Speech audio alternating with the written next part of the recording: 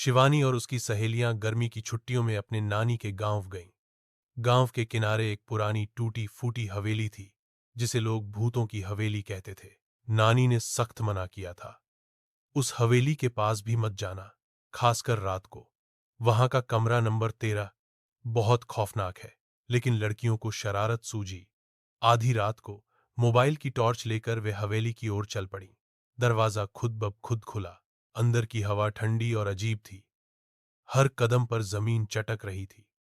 फिर उन्होंने देखा, दीवार पर खून से लिखा था, जो भी कमरे नंबर 13 में गया कभी लौट कर नहीं आया।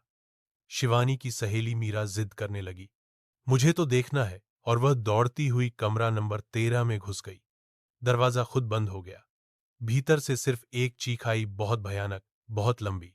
लड़कियां डर से रोने लगीं। जब गांव वालों को बताया गया और दरवाजा तोड़ा गया, कमरा खाली था। मीरा गायब थी।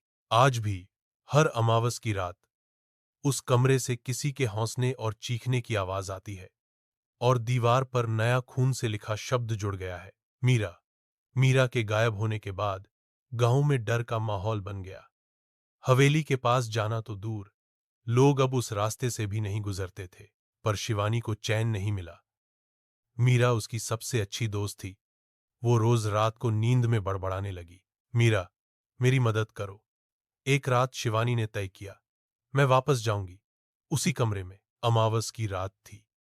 हवेली में घना अंधेरा।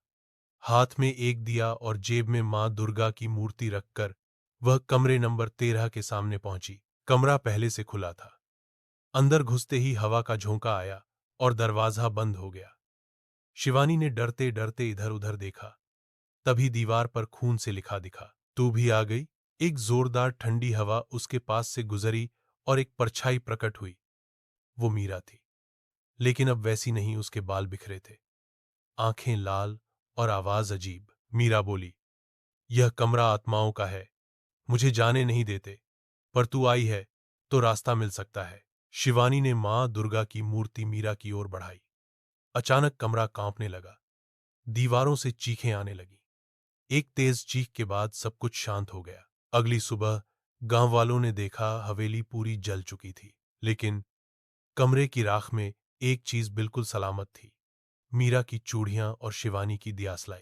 लोग कहते हैं, शिवानी और मीरा अब उस कमरे की आत्माओं को मुक्ति दिला चुकी हैं। लेकिन अगर कोई दोबारा कमरे नंबर 13 को छुए, तो सब फिर शुरू हो सकता है।